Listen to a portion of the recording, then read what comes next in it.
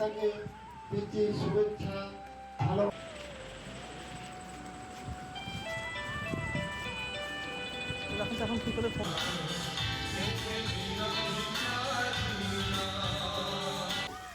Hello বন্ধুরা, আশা করি যে যেখান থেকে আমার ব্লগটি দেখছো তোমরা সকলে ভালো আছো, সুস্থ আছো।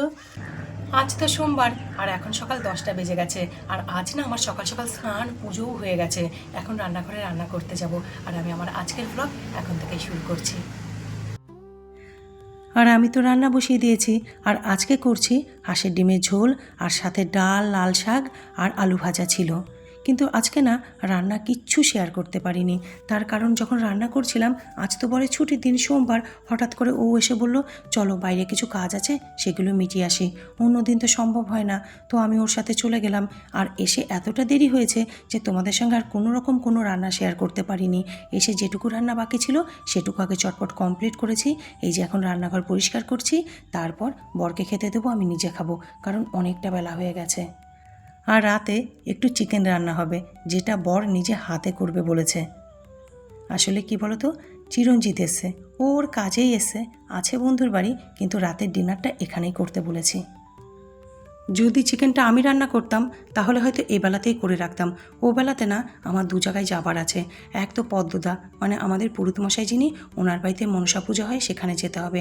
আর একটা হলো নান্দনিক হলে যেতে হবে স্টেশন রোডে, কারণ আজকে না আমাদের গানের স্যারের খুব বড় একটা প্রোগ্রাম আছে, তো সেখানে তো যেতেই হবে।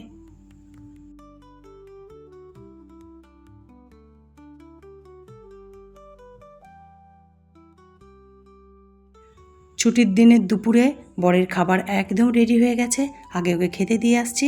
আর এদিকে দেখো, আমি ওকে আলু ভাজা দিতেই ভুলে গেছি।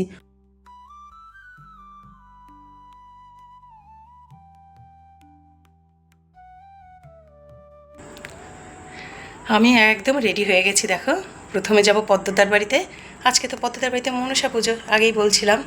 তো ওই ব্ল্যাক শাড়িটাই পরলাম, পুজো বাড়ি ব্ল্যাক পরলাম, কিন্তু কী বলো তো, তারপরেই না আমাদের একটা প্রোগ্রাম আছে, আমাদের স্যারের গানের প্রোগ্রাম আছে বলছিলাম না, তো সেখানে যেতে হবে। শাড়িটা আমার বহুদিন পরা হয় না, আমার ভীষণ প্রিয় শাড়ি ছিল জানো তো, পরেই আছে আলমারিতে, পরলাম। ব্লাউজটা তো টাইট হয়ে গেছিলো, আবার সেলাই খুললাম, সুতো দিয়ে বসে ঠিকঠাক মেরামত করলাম, তারপর পরে নিলাম। তারপর দেখছি ঠিকই আছে। এই জন্য জানো তো, একটু সেলাই জানার জন্য খুব সুবিধা হয়েছে। ব্লাউজ বা সালোয়ার কামিজ কোনো কিছুর একটু কোনো ছোটোখাটো প্রবলেম হলে না সুতো নিয়ে বসে পড়তে পারি এবং মোটামুটি ঠিক করে নিতে পারি, পরার মতো আর কি। আমি না বেরোতেই যাচ্ছিলাম, অমনি বর বলল, হেঁটে যাবে কেন, আমি তো বাজারে যাচ্ছি, চলো তোমাকে পদ্মদার বাড়িতে ছেড়ে দিই। আসলে ও তো জানে পদ্মদার বাড়িতে যাব, আবার সেখান থেকে অনেকটা হেঁটে হেঁটে নান্দনিকে যাব। যদি টোটো পাই তো ভালো, নইলে তো আমাকে হেঁটেই যেতে হবে। তাই জন্য ও ছেড়ে দিয়ে গেল। ওকেও কতবার বললাম চলো একটু ভেতরে চলো, পদ্মদা খুশি হবে, কিন্তু মানুষটাই ওই রকম, তুমি যাও আমি বাজারে যাচ্ছি।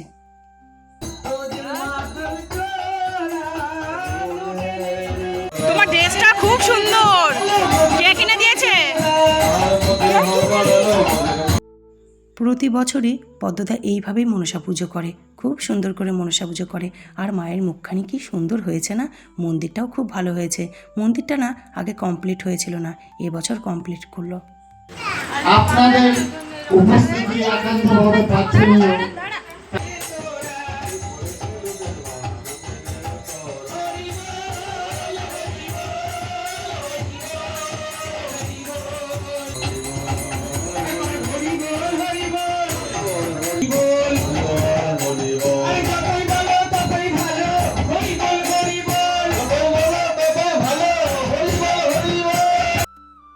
একটু বসলাম, বসে পদ্মদার সঙ্গে কথা হলো, বৌদির সঙ্গে কথা হলো, বাচ্চাটাকে একটু দেখলাম, বৌমাকে দেখলাম।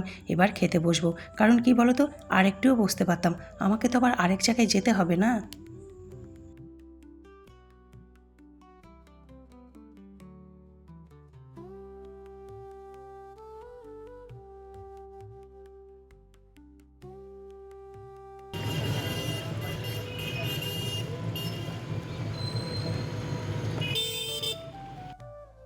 পদ্মদার বাড়িতে বসেই না ভাবছিলাম, যদি রাস্তায় বেরিয়ে টোটো না পাই না, তাহলে আমাকে অতটা রাস্তা হাঁটতে হবে। এদিকে আমার দেরিও হচ্ছে, বন্ধুরা সকলে পৌঁছে গেছে, কিন্তু সেটা আর হলো না। যেই রাস্তায় বেরিয়ে একটু হাঁটতে শুরু করেছি, অমনি টোটো পেয়ে গেছি। ভালোই হলো, 10টা টাকা ভাড়া দিলাম, উনি আমাকে নান্দনিকে পৌঁছে দিল।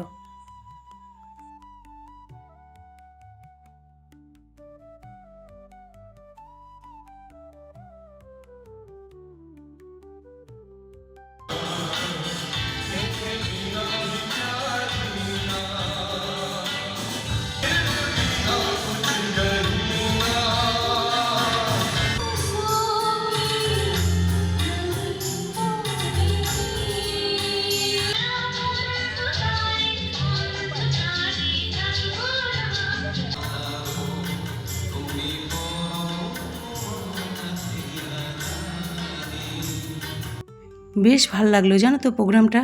দাদার গান তো ছিল, সাথে লোকাল অনেক শিল্পীরা ছিলেন, তারাও গান গাইলেন। রঞ্জনাদি মানে শিবাঙ্গী ডান্স একাডেমির নাচ ছিল, সব কিছু মিলিয়ে না প্রোগ্রামটা খুব সুন্দর হয়েছিল। কিন্তু আমাকে না কিছুক্ষণ আগে উঠে চলে আসতে হলো, মানে প্রোগ্রাম শেষের কিছুক্ষণ আগে চলে এলাম। ওই যে বললাম না যে চিরঞ্জিত আসবে রাতে, বর বলেছে চিকেন রান্না করব, তবুও না মাথায় একটা দেখবে থেকেই যায়, কি করছে না করছে, কেমন করছে, ছেলেটা আসবে খাবে। সর্বনাশ, বাড়িটা আমার না কাদের বলো তো? বাড়িটা আমাদের না কাদের? দেখো, লালু না ভুলু, লালু, ভুলু, লালু, লালুর গার্লফ্রেন্ড, বুলুর গার্লফ্রেন্ড, অবস্থা দেখো।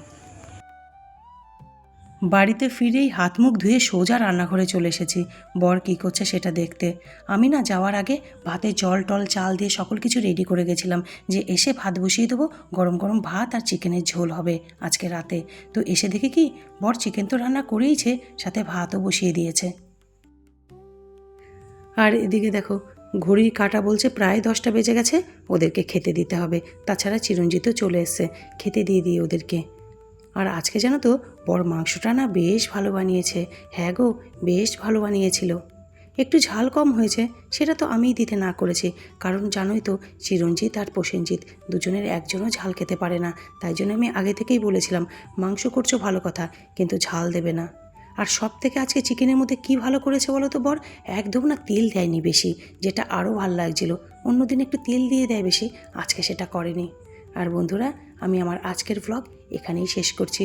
আবার আগামীতে দেখা হবে নতুন একটি ব্লগের সঙ্গে। ততক্ষণ তোমরা ভালো থেকো, সুস্থ থেকো।